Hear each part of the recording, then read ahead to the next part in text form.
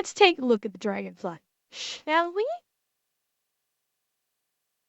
Because people have been, people on YouTube have been asking me to react to more Fat Electrician. Well, I'm an anime cat girl that likes to please her fans, so let's take a look at this. This, I'm guessing, is probably going to be interesting. Since you guys are raving about it, let's find out. Pretty much everybody already knows about America's gun with wings, the A-10 Warthog, and a ton of more people already know that its grandpa is the original Thunderbolt, the P-47, and its dad is the A-1 Sky Raider. But pretty much nobody talks about the A-10's mom, which is actually where it got the DNA for a nose-mounted minigun. I'm not. Wait. So the Dragonfly is a nose-mounted Gatling gun or minigun? Oh, this is gonna be good. Today we're talking about the A-37 Dragonfly, aka the Super Tweet. Is it too quiet? Okay, hang on. I can fix that. Like I said, OBS did an update, so I'm kind of... I've got to maybe tweak the settings. Okay, let me know if the volume's good, bad, or no good.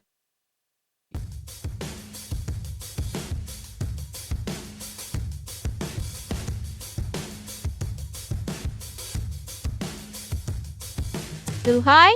Okay.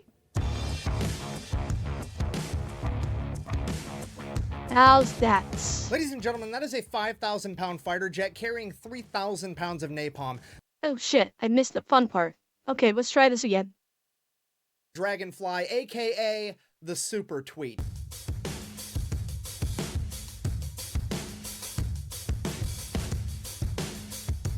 Okay. Oh. I gotta say, that's a nice looking plane. Like, just the look of it is really nice. Like, it's very sleek. I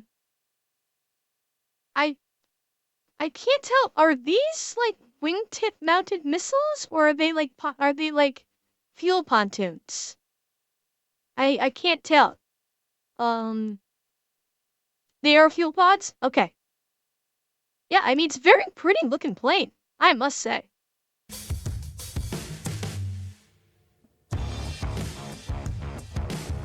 That'll fuck up your day. Ladies and gentlemen, that is a 5,000-pound fighter jet carrying 3,000 pounds of napalm. That is literally a ton and a half of firepower in a very small package.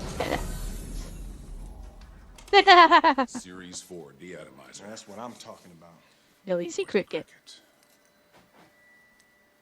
And on the off chance that 3,000 pounds of jungle jelly wasn't going to be enough to get the job done, it also has a GAU-2 minigun underneath the hood, capable of firing 3,000 rounds per minute. The only downside with that was it could only actually carry 1,500 rounds with it, but hey, it's going to be a wild 30 seconds. Yeah. It was okay at best.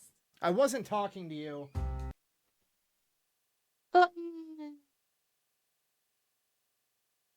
Smoked.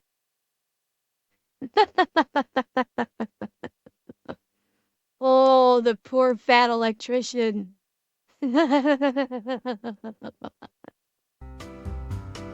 Anyways, as I was saying before I was rudely interrupted, the A-37 is the aerial equivalent of a go-kart covered in guns. This thing is absolutely tiny. To put it into perspective, the F-4 Phantom, which was the other fighter jet used all the time during Vietnam, was weighing in at 55,000 pounds, and the Dragonfly is coming in at 5. However, despite its small stature and the fact that it gets literally no recognition for it at all, it is arguably the most effective fighter jet of the entire Vietnam War. Once upon a time in 1952, the United States Air Force came out and said, hey, we need to incorporate more jets into our fleet. The only problem is we don't have many pilots that actually know how to fly a jet, so we need to get a new type of jet trainer plane that we can train all of our pilots on. Cue the Cessna T-37. It was absolutely perfect. It was small, cheap, easy to take off, easy to land, super easy to fly, and it had side-by-side seating for an instructor and a student. This jet was so perfect that it was actually the U.S. Air Force's primary jet trainer for 52 years. It didn't retire until 2009. The only Holy shit, it was still in service until 2009?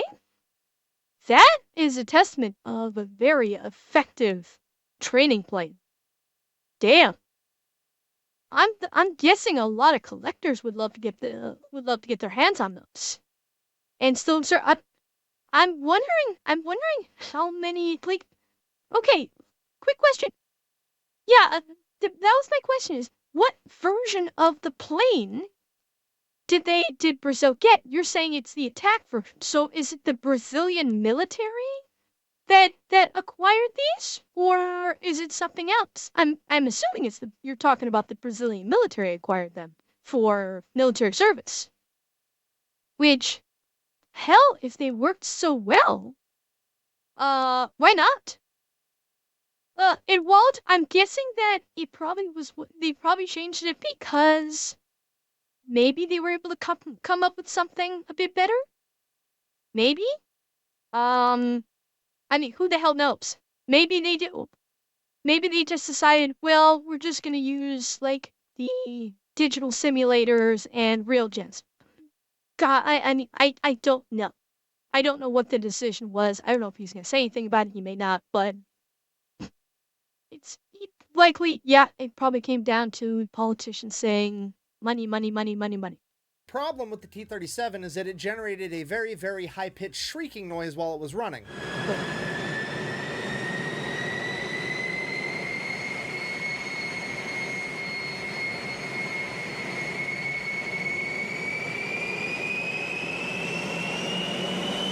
That noise unaffectionately... Honestly, doesn't sound much worse than most jet engines that I've heard before. That shrieking, granted, I'm hearing it like secondhand through audio on a computer, so if I was in person, maybe it'd be different. It doesn't sound that bad, honestly. But it gets way worse. Okay, I will take your word for that, because like I said, I'm hearing it through a computer. So yeah, the pitch obviously might be the pitch and the volume might be much different. earned it nicknames like the Screamin' Mimi, the 6,000-pound dog whistle, my personal favorite, the Converter, due to its unique ability to convert fuel into fucking noise, and of course, the Tweety Bird, which would later be abbreviated to simply the Tweet. And that's pretty much all you need to know for right now. Fast forward to Vietnam. Alright, so Vietnam, basically the United States is finding out the hard way that ultra-fast fighter jets like the F-4 simply are not that great at providing close air support to troops on the ground. As it turns out, it's pretty hard to aim a bomb while you're traveling at the speed of Mach fuck and actually hit the target. Who'da thunk? And as we've talked about in a Okay. Okay, I may have to steal that. I cannot recall ever hearing insane speeds being referred to as Mach fuck. That is gold. That is fucking gold. I think I may have to steal that. Sorry, Fat Electrician, I may have to steal that one on there. The speed of Mach fuck is too good.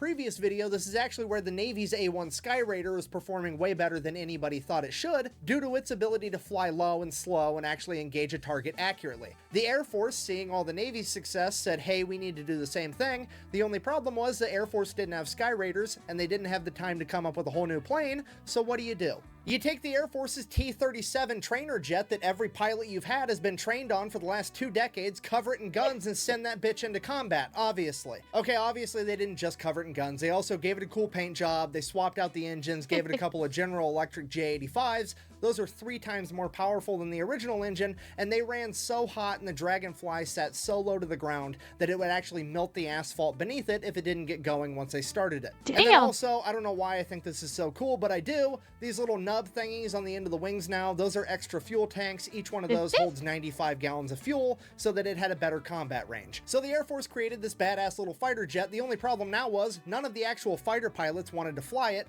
because it wasn't cool enough. It was too small, it was too slow, blah, blah. Those pretentious asses. I bet the true pilots were like, give me that fucking thing. When they saw that thing kitted out, I bet you a lot of them probably went, me want to fly. Me want to fly. Blah, blah. So the Air Force was like, well, I mean, technically, pretty much every pilot we have has been trained on this thing, so fuck it. They just started pulling pilots from other places, like refuelers, supply, cargo pilots, everybody, and they just started putting them in these little fucking jets and sending them into combat. Surely, this is a recipe for disaster, right? Wrong. The Dragonfly and its not fighter pilots would immediately go on a rampage. They quickly became the most accurate close air support aircraft in the entire Vietnam conflict. Yeah. Their average accuracy was within 45 feet of the designated target. Bah! 45 feet doesn't sound very close to me. Bah! Dude, we're not... I could see a keyboard warrior saying that, and yeah, when you're dropping like 3,000 pounds of napalm, trust me, 45 feet is more than close enough. Considering said explosion is going to cover an area of, with that napalm blast, oh, I'd say 5,000 to 8, what? That napalm probably covered, I said 5,000, I didn't mean 5,000. 5 to 700 feet in diameter? That would be my guess for what the spread of one of those napalms would be.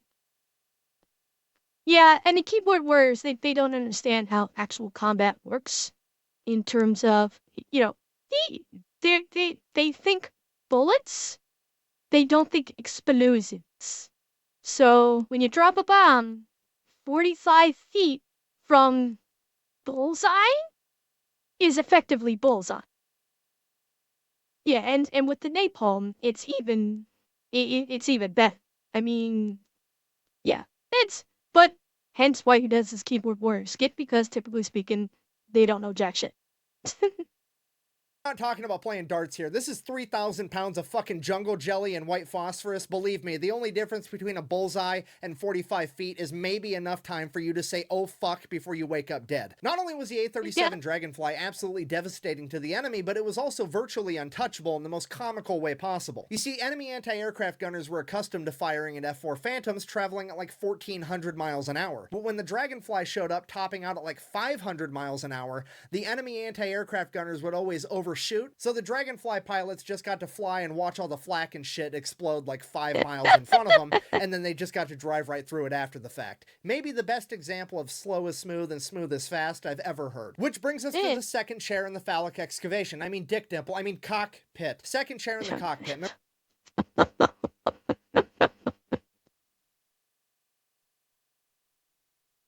He is so fucking creative with his limeriking.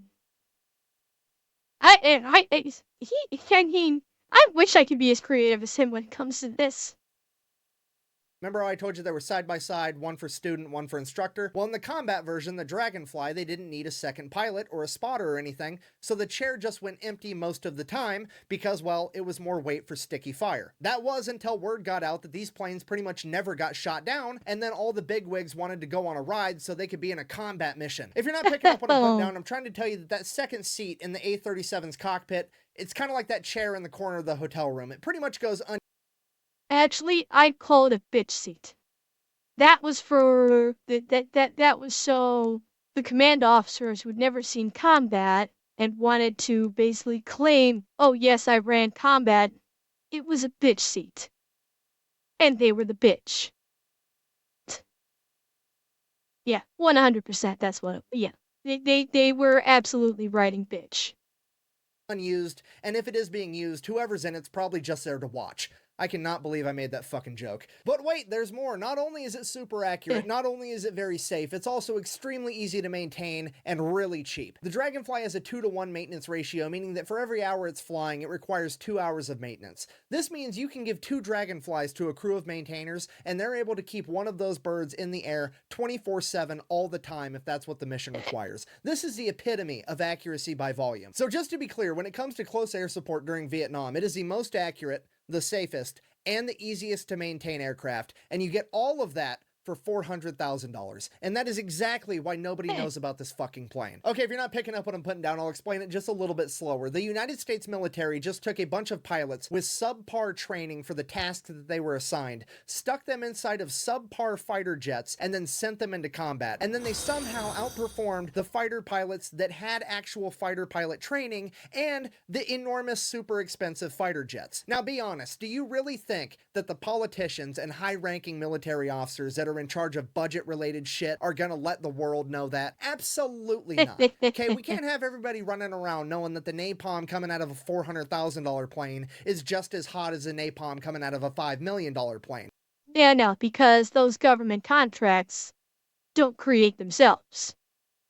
I mean, that's what it is. They want those, you know, it's all about them government contracts. And so, you know, they you know, with the F4s, they want to keep their relationship with you know, they want to keep their relationship with the with the aircraft manufacturers. Yeah. And of course, God only knows what kind of kickbacks people are getting from the millions upon millions of dollars being spent on these fighter craft. Exactly. And El Pendejo, thank you for the vote.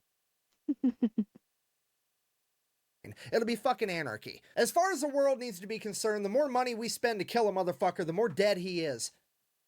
I guess. It's fucking stupid. So the war in Vietnam ends and the US military cannot get rid of these dragonflies fast enough. They are literally giving them out for free like they're fucking candy. They're giving some to Australia. They're giving some to the South Vietnamese. They're giving a bunch to the countries in Central America. Some of the ones that went to Central America are still in service today. That shows you how badass this plane really was. So they give away all these perfectly good planes for free, but then trouble would strike because now guess what? Oh no, America doesn't have a close air support plane anymore. Who could have predicted this? I guess we better just, you know, build a new one. It's going to be bigger. It's going to be better. The minigun in the nose this time is going to be absolutely enormous, and it's all going to come at a price tag of like fucking 20 times as much. But hey, politicians got to feed their kids somehow, right? Ladies and gentlemen, the best thing to ever come out of political corruption, the A-10 Warthog, aka America's gun with wings. We have now officially come full circle. So, in conclusion, ladies and gentlemen, the A-37 Dragonfly is the most effective fighter jet that you've probably never heard of, and it's all because it and the men that flew it were way too good at their job for their price tag.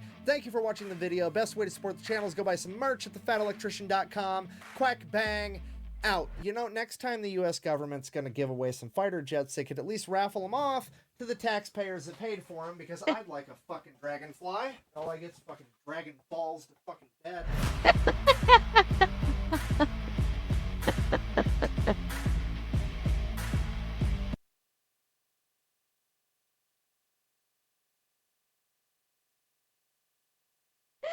That was beautiful.